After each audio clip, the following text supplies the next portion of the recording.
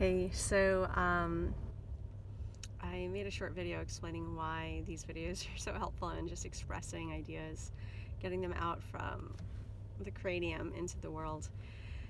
And I'm still really trying to understand and process what happened with my chassan and the engagement, and really like why it all went down the way it did. And one thing I've discovered, which is terrifying and true, is that I don't believe anyone can love me. It's a scary thought, but it's also something I think I need to face if I want to find meaningful, true, lasting love.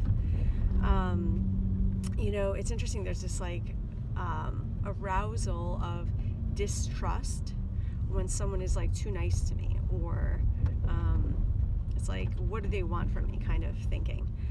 And it wasn't always like that, but when there's enough like triggers, then my mind will go to that place.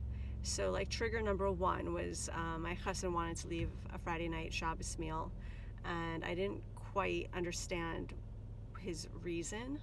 And so I'm sitting there like trying to just stay calm and process it, but it was like really hard. I just felt so embarrassed, and really like I was protecting my own ego. I didn't want to be humiliated in front of this family, and so that was hard. But I thought, okay, you know what? I'm a tough girl. I believe in God. Everything happens for a reason. It's between me and Hashem. I will get past this. And, we moved on. I didn't bring it up. We talked about it the following Sunday, and I didn't bring up how I felt. I just, we talked about it, and I still didn't really get an explanation, and I still don't think he's given me the truth about it. But if he has, then I don't understand, Turn right onto Utica Avenue, then turn right onto President Street. And so then there was like test number 2, which was like feeling pressured and rushed into moving in order to get my things moved into our new apartment so that he can then bring his things into our new apartment. And that started to make me feel, the reason it was a test was that it started to make me feel like he was he needed something out of the relationship, and it was storage. He needed something from me. And when someone benefits too much from a relationship like this, it felt like, does he really like me, or does he just need a place to put his stuff and then like disappear to Israel, God forbid. So that was a test, and I realized I didn't have the capacity to handle it, and I said, no, I don't want to take your stuff, but we'll find storage for it. I gave him 3 options. Turn right onto President Street, then your destination will be on the left. I helped him find one place for free, one place we'd rent, and another place would probably be for free or very low price, but in like a week from then. So anyway, I thought, I did the best I could. I can't do everything. I can't take your stuff, but I will help you find a place. And I found him options. I don't know if he took any of them.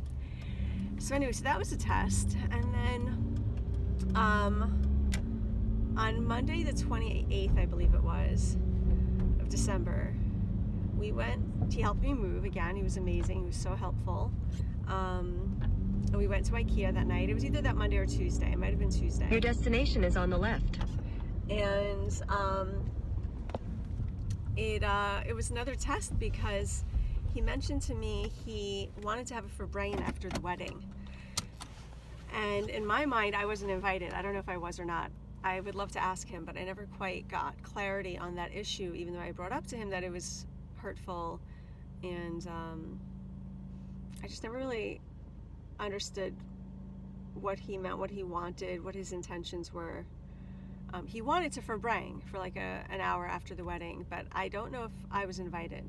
So I just imagined myself, in a wedding dress going home alone after the wedding, or sitting there for an hour just like waiting in the lobby or something.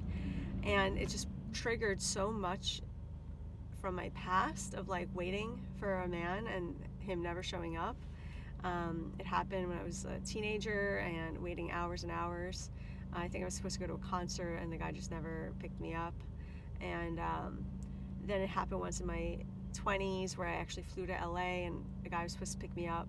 When I say a guy, like someone in my life. and we were going to drive cross country from LA to New York, and he never showed up. He stood me up at the airport. So anyway, so yeah, being stood up, that's like super painful. I'm like fighting back the tears. So I was like reliving these traumas, not consciously. I wasn't aware of it at the time, but now 3 weeks later I have time to process and think about it and talk about it. And so it was another test, and I failed it. I was convinced he didn't want to actually be with me, you know, the way a husband and wife are together. He also, you know, he made some other comments about beds or not having a bed, or I don't know. There were a couple things, and all together, everything adding up, compounded, it just made me feel like he doesn't like me, you know. And so when I realized, you know, in the past couple of days, like this concept, this idea that I feel unlovable, I was trying to do a Louise Hay affirmation, which is really hard. You're supposed to look in the mirror and say, I love you. I really, really love you. And it is really hard to do that when you don't love yourself. And so I was trying to do it. And I realized, you know, how could I possibly believe or trust anyone who says they love me if I think it's impossible? So anyone who says they love me must be lying. You know, like this is the thought process that's going on in my head, is that it can't be true. And so as sad and painful as